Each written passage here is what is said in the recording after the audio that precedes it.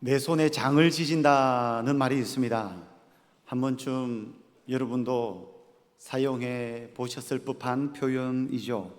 내가 말하는 내용의 진실성과 확실성을 강조하기 위해서 우리는 이런 표현을 사용합니다. 부부 사이에는 종종 각서를 쓰는 경우가 있습니다. 혹시 써보신 분 계신가요? 저는 종이에는 써보지 않았지만 말로는 다시는 절대로 안 그럴게 라는 말을 자주 하고 있습니다. 무엇인가를 배우자에게 잘못했을 때 그 실수를 반복하지 않겠다는 말의 신빙성과 진실성을 강조하기 위해서 부부 사이는 종종 각서를 쓰기도 합니다. 종종 그리스도인들 중에서는 자신이 하는 말이 사실이라는 것, 거짓이 없다는 것, 과장되거나 부풀려지지 않았다는 것을 증명하기 위해서 성경에 손을 얹고 맹세할 수 있습니다 라는 말을 하기도 합니다. 우리의 삶의 구석구석 살펴보면 우리는 우리가 하는 말의 진실성을 강조하기 위해서 다양한 종류의 맹세 또는 서약을 하고 있습니다. 어느 기관의 기관장이 취임할 때 서약을 하죠. 선거를 할 때 공약을 하죠. 담임 목사, 장로, 안수집사, 권사 취임식 때도 서약을 합니다. 법정 및 청문회에서도 서약을 하고 신랑과 신부도 결혼 예식장에서 서약을 합니다. 학습, 세례, 입교식에서도 서약을 합니다. 우리가 이렇게 서약을 하는 이유, 맹세하는 이유가 무엇입니까?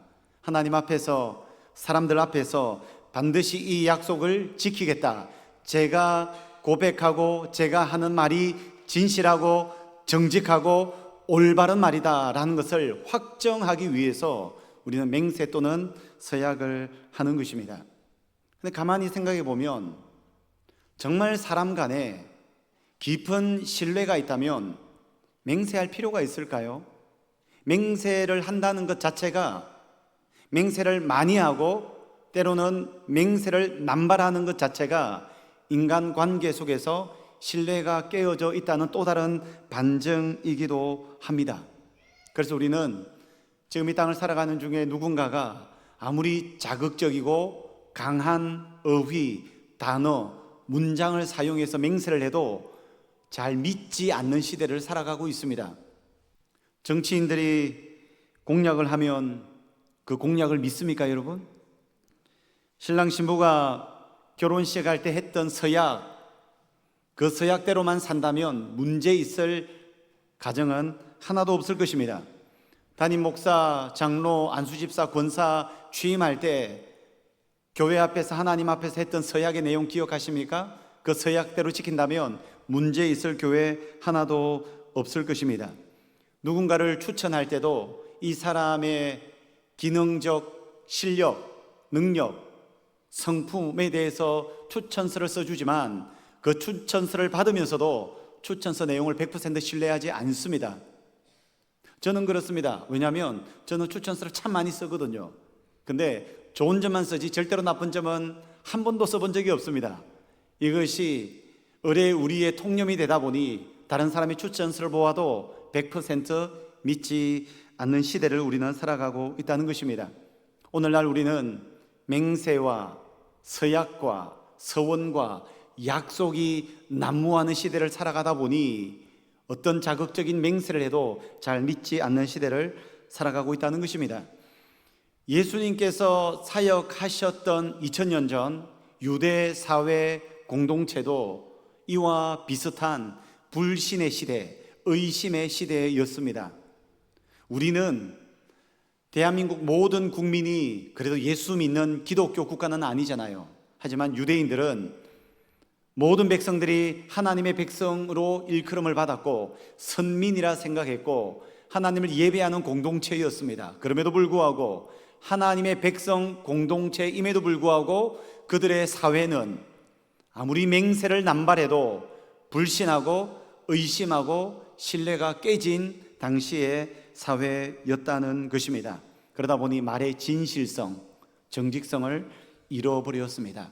이런 사회를 꼬집고 질책하시면서 오늘 예수님께서 산상수훈, 우리가 살펴보기로는 네 번째 말씀, 맹세에 대한 구약의 율법을 신약 백성들에게 재해석해서 말씀해 주십니다.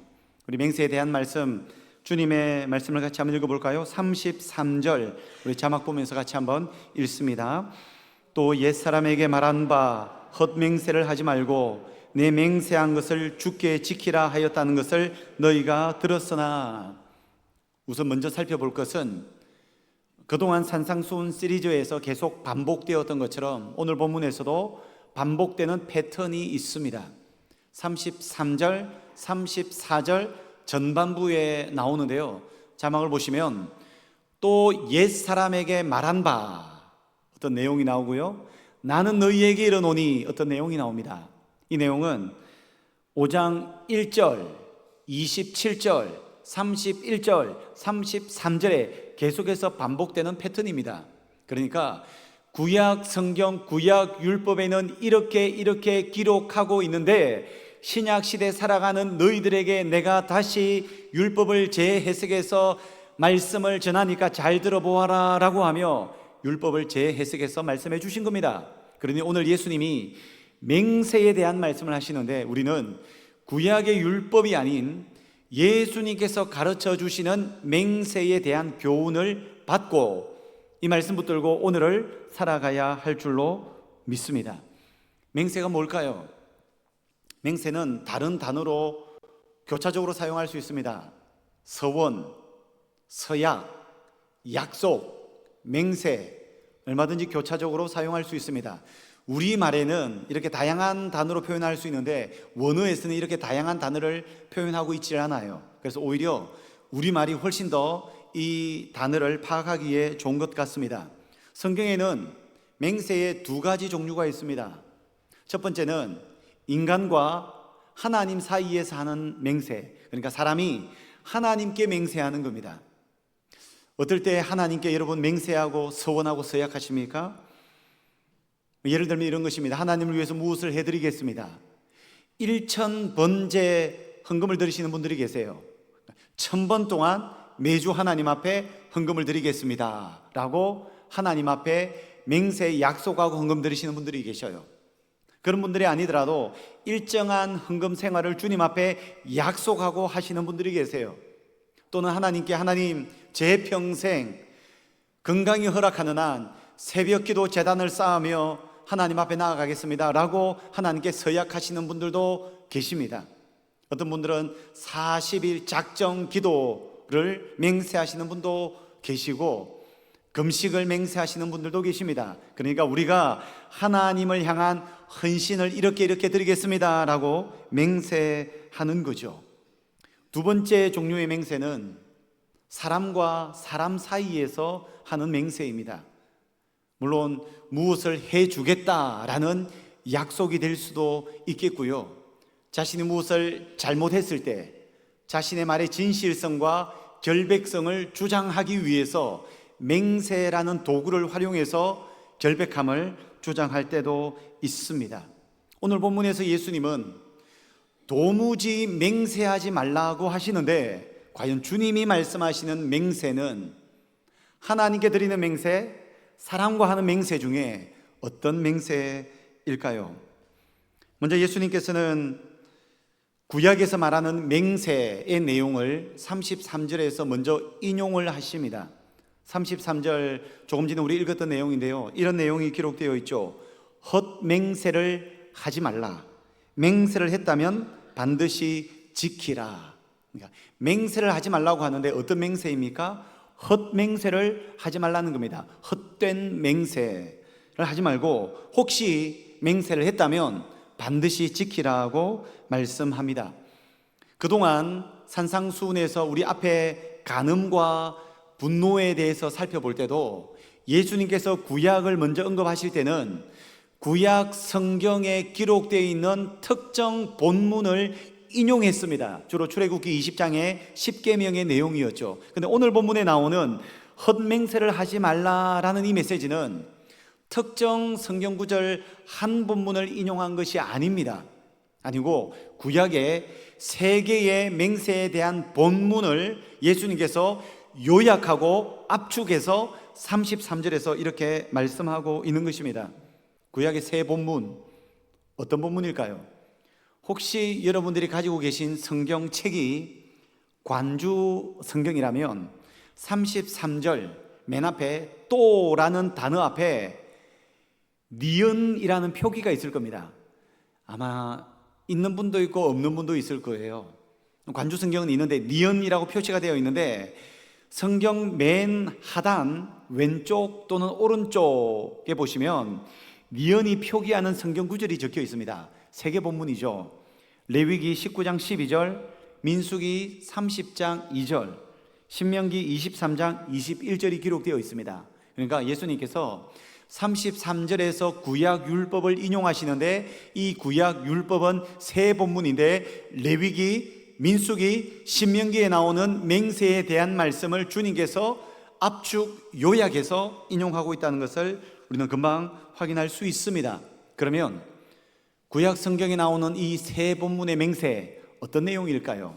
한번 먼저 살펴봅니다. 레위기 19장 12절 말씀 자막 보면서 같이 한번 읽어봅니다. 시작. 너희는 내 이름으로 거짓 맹세함으로 내 하나님의 이름을 욕되게 하지 말라. 나는 여호와이니라. 하나님의 이름으로 거짓 맹세를 하지 말라고 합니다. 이것은 19장 12절에서는 잘 드러나지 않지만 19장 12절 전후 문맥을 보면 이 맹세는 사람 간에 했던 맹세입니다. 사람과 사람이 자신의 말의 신빙성, 확실성을 높이기 위해서 했던 맹세입니다. 전후로 보면 이런 내용이 있습니다. 도둑질하지 말고, 속이지 말고, 거짓말하지 말고, 이웃의 것을 착취하지 말라. 근데 하나님의 백성들이 하나님께서 허락하신 가나안 땅에서 하나님 백성 공동체가 모여 살면서 하나님의 이름으로 맹세하고 서약하고 약속하면서 도둑질하고 사기치고 속이고 이웃의 것을 착취했다는 것입니다. 이것이 문제인 거죠. 하나님을 믿는 그리스도인들이, 하나님의 백성들이, 하나님의 선민이라 일컬음을 받는 자들이 자신의 주머니에 재물을 쌓고 자신의 명예를 높이고 자신의 권력을 확보하기 위해서 사람들에게 맹세를 남발하고 오용하는데 심지어 하나님의 이름까지 언급하고 하나님의 이름으로 맹세하며 거짓말하는 거예요. 목적이 무엇입니까? 내 주머니를 채우는 겁니다. 내 명성을 쌓는 겁니다.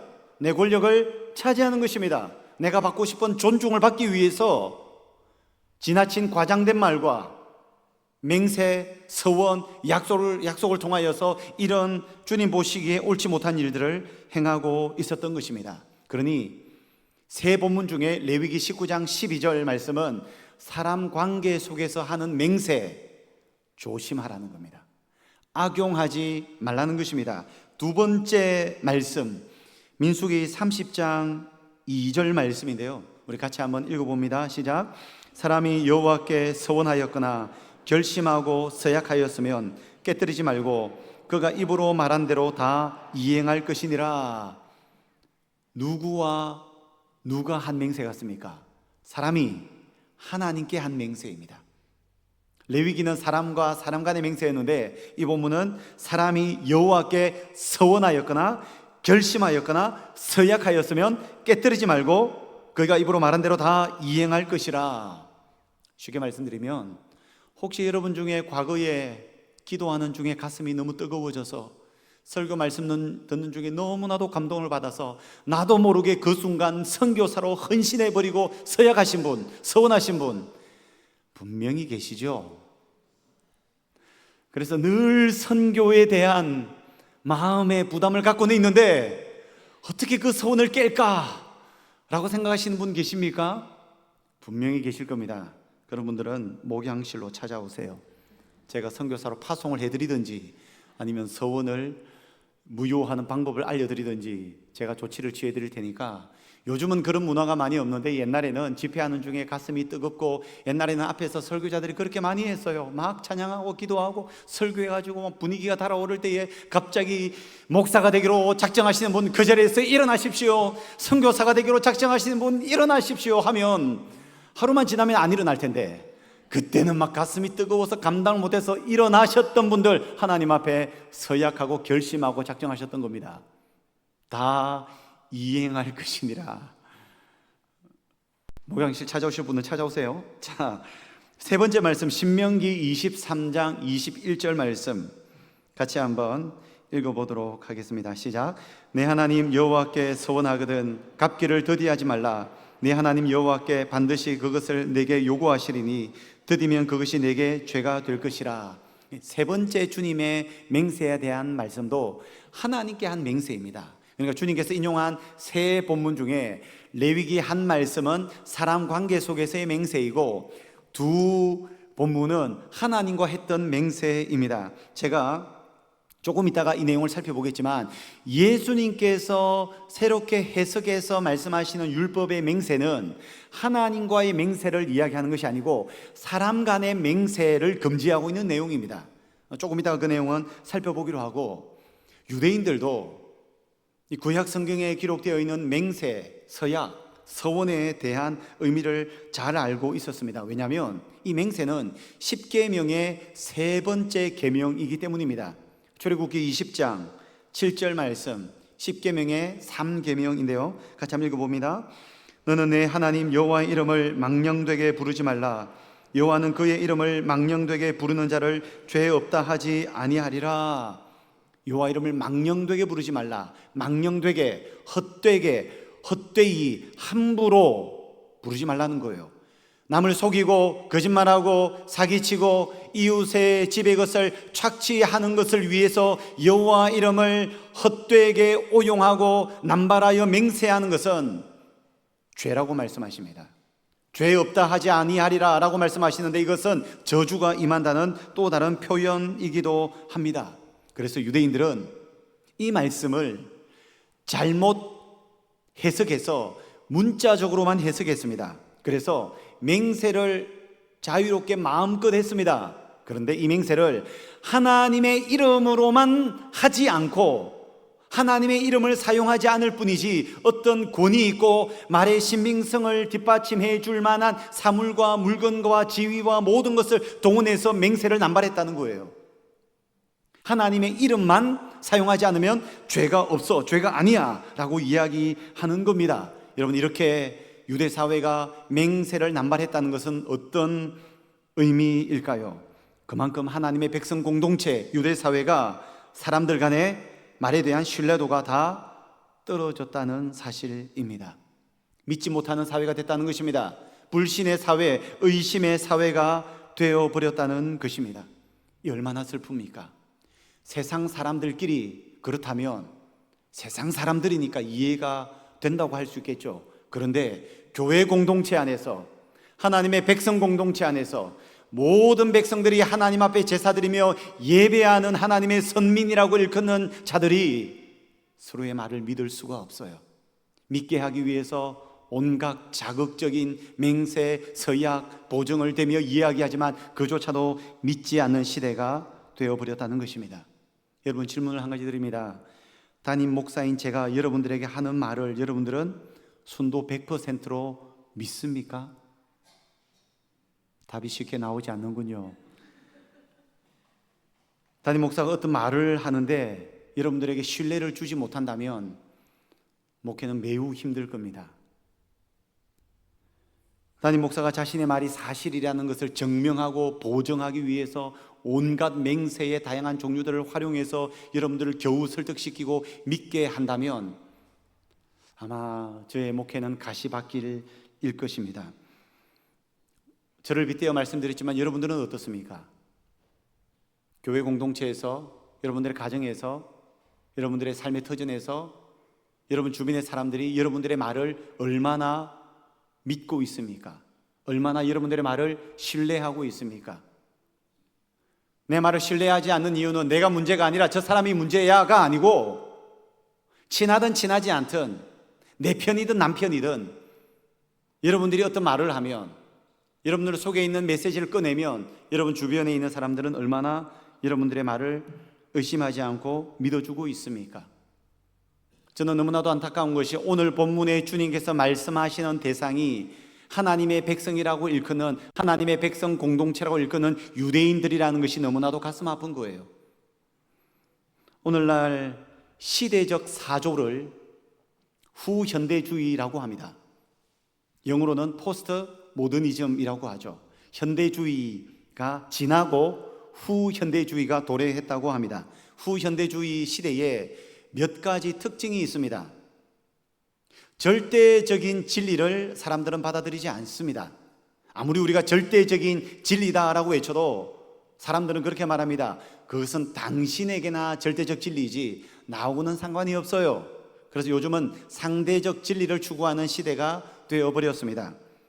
그리고 요즘은 이성이 잘 통하지 않습니다. 누군가에게 말을 할 때 논리적으로 설득력 있게 이성을 동원하여서 말을 해도 사람들은 잘 듣지 않습니다. 이성보다는 후현대주의는 감성의 시대입니다. 감성으로 호소해야만이 사람을 움직일 수 있는 시대가 되었습니다. 그래서 기업들도 마케팅 전략을 사용할 때 마음을 사라라고 이야기하지 않습니까? 감성의 시대가 되었습니다. 특히 후현대주의 시대의 여러 가지 특징 중에 가장 선명하고 특별한 특징 한 가지가 있는데, 포스트 모더니즘, 후현대주의는 의심의 시대입니다. 의심하는 시대입니다. 아무리 누가 자신의 권위를 가지고 말을 해도, 좋은 책을 인용해서 말을 해도, 아무리 논리적으로 말을 해도 말싸움에서 상대방이 이길 수 없을 만큼 분명한 메시지, 명료한 논리로 말해도 사람들은 믿지 않습니다. 그것이 후현대주의 시대의 특징입니다. 사람들은 어떻게 생각하는 줄 아십니까? 저 사람이 저렇게 말을 하는 데에는 이면에 숨겨진 의도가 있을 거야 라고 생각하는 것이 후현대주의 시대입니다.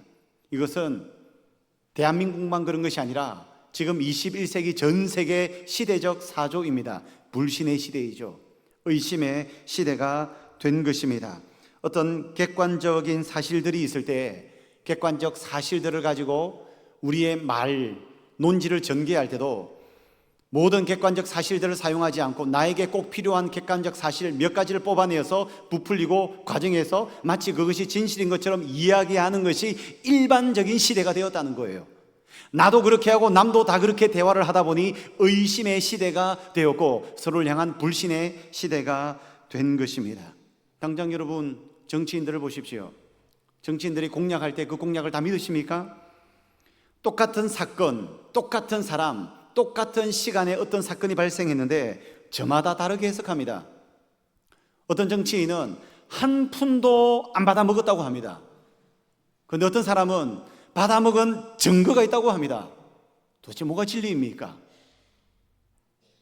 TV에서 패널들이 나와서 정치의 여야에서 이쪽에서는 이 이야기하고 저쪽에서는 저 이야기를 합니다. 똑같은 사건을 두고 이야기를 합니다. 이야기를 들으면 이게 맞는 것 같고 저 이야기를 들으면 저 이야기 맞는 것 같아요. 저도 분간이 안 돼요. 이게 오늘날 시대의 흐름이고 시대적 사조라는 겁니다. 정치인들뿐 아니라 우리의 생활 속에서도 대화를 하면, 누가 말을 하면 요즘은 100% 믿는 그런 시대가 아닙니다. 말 이면에 숨겨진 의도를 계산하고 생각하는 시대가 되었다는 것입니다.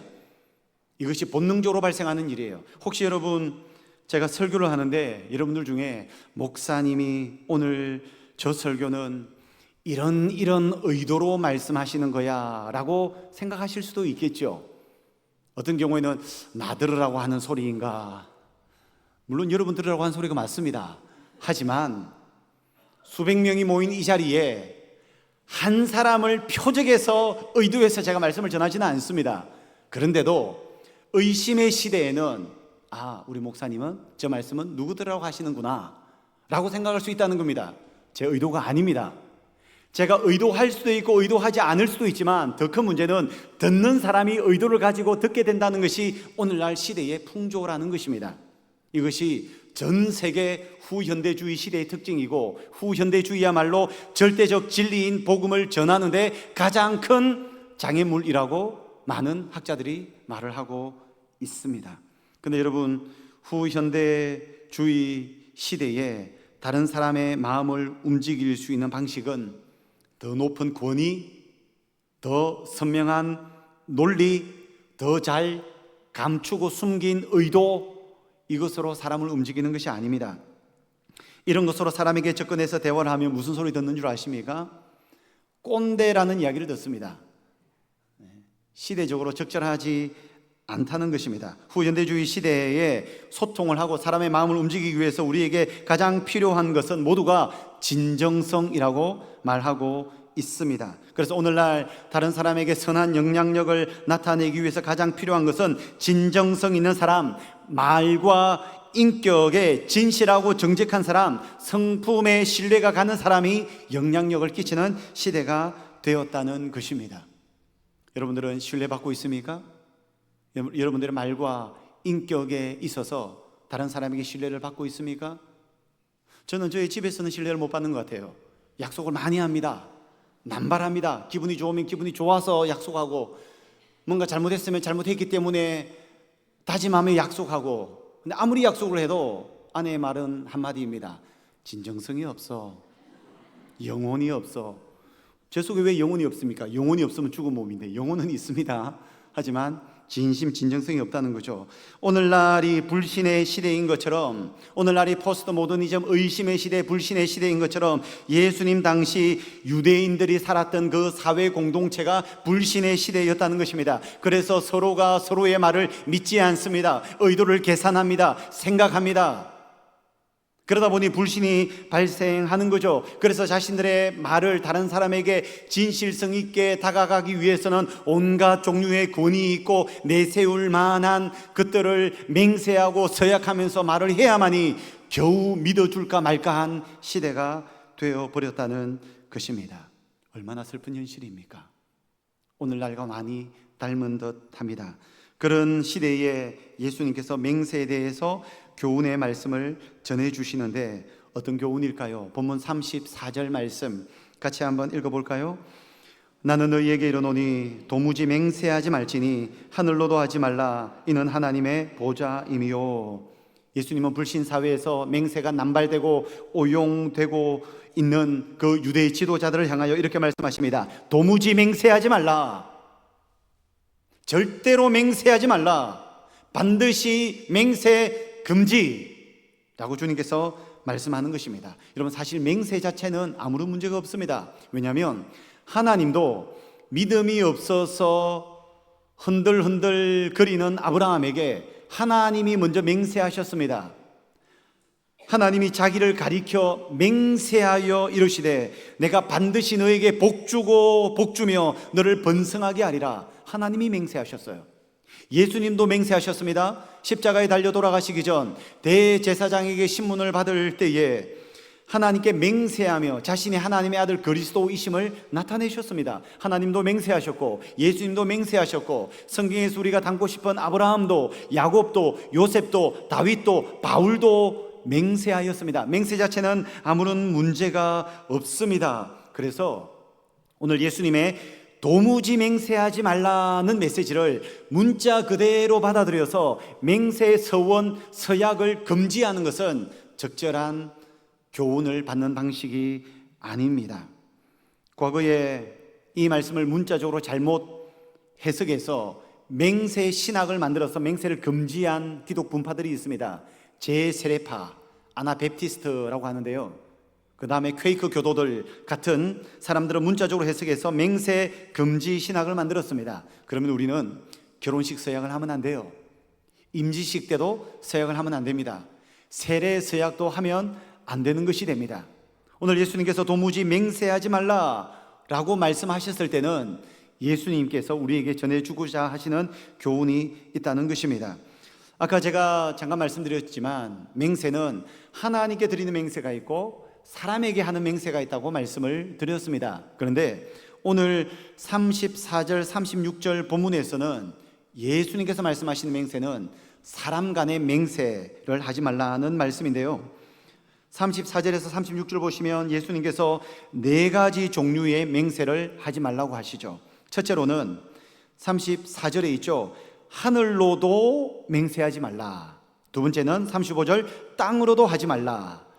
그 다음 세 번째는 예루살렘으로도 하지 말라. 네 번째는 내 머리로도 하지 말라. 그러니까 유대인들이 하나님의 이름으로만 맹세를 안 했지, 자신의 정당성을 주장하기 위해서 하늘을 걸고 맹세한다, 땅을 걸고 맹세한다, 저 거룩한 성 예루살렘을 걸고 내가 맹세한다, 내 머리를 걸고 맹세한다, 이런 식으로 맹세를 남발하고 오용했다는 것입니다. 그런데 이것도 안 되는 것이, 하늘은 하나님의 보좌이요, 땅은 하나님의 발등상이요, 예루살렘 성은 큰 임금이신 하나님께서 거주하시는 하나님의 집이요, 머리는 하나님의 창조 작품인 우리의 신체의 일부이기 때문에 하나님의 이름을 사용하지 않지만 결국 하나님의 것이라는 거예요. 그러니까 이 또한 하나님 앞에 죄가 된다는 것입니다. 결국 거짓되고 속이고 이웃의 것을 착취하는 이런 악한 일을 위하여서 잘못된 말로 다른 사람을 꼬드기고 설득시키고 맹세하고 약속하는 것을 철저하게 금지하는 주님의 말씀입니다. 결국은 유대 사회가 진실성, 거룩성, 정직성을 다 잃어버린 사회라는 것을 주님께서 질책하고 있는 것입니다. 자신의 권력을 높이기 위해서, 자신의 재물을 불리기 위해서, 자신의 명성을 쌓아 올리기 위해서 어떤 종류의 약속을 동반해서 속이고 사기치고 거짓말하는 것 절대로 안 됩니다. 쉽게 말씀드리면 맹세가 필요 없을 만큼 말에 있어서 진실하고 거룩하고 정직하라는 주님의 메시지인 것입니다. 결국 오늘 말씀은 맹세에 대한 말씀이 아니고 정직하게 살라는 겁니다.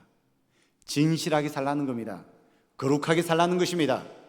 말로 남을 속이지 말라고 말씀하고 있는 것입니다. 그러면 예수님께서는 우리에게 이 맹세에 대한 말씀을 전하시면서 어떻게 살라고, 어떤 대책을 우리에게 제시하십니까? 37절 말씀 같이 한번 읽어봅니다. 오직 너희 말은 옳다 옳다, 아니라 아니라 하라. 이에서 지나는 것은 악으로부터 나느니라. 옳은 것은 옳다고 말하고 아닌 것은 아니다라고 단편적으로 짧게 말하라는 거예요. 이에서 더 지나친 것은 악으로부터 나온다고 이야기합니다. 말을 길게 할 필요 없다는 것입니다. 길게 설명할 필요가 없다고 합니다. 덧붙일 필요가 없다고 합니다. 예 또는 아니요 라고만 말하라는 겁니다. 이것을 넘어서는 것은 악으로부터 올 가능성이 있기 때문입니다. 긴 설명하지 않아도, 주장하지 않아도, 호소하지 않아도, 대단한 명분을 내세우지 않아도 예만 해도 신뢰해 줄 수 있는 어느 생활 인격을 갖추라는 거예요. 아니요 라고 하면 주변에서 그 사람의 인격과 성품을 보고 저 사람이 아니요 라고 말했을 때는 분명 그만한 이유가 있을 거야 라고 신뢰해 줄 수 있는 사람이 되라는 겁니다. 그러니까 대화를 하면서 예, 아니요 라고만 해도 모든 사람에게 신뢰받을 수 있는 정직하고 진실한 사람으로 살라는 것입니다. 이것이 예수 믿는 사람의 삶인 줄로 믿습니다. 천국 백성의 삶인 줄로 믿습니다. 우리가 추구해야 할 삶인 줄로 믿습니다. 여러분, 맹세가 필요 없는 사람이 되십시오. 약속이 필요 없는 사람이 되십시오. 하나님의 이름 뒤에 숨지 않는 사람이 되십시오. 직분이라는 명함 뒤에 숨지 않는 사람이 되셔야 됩니다.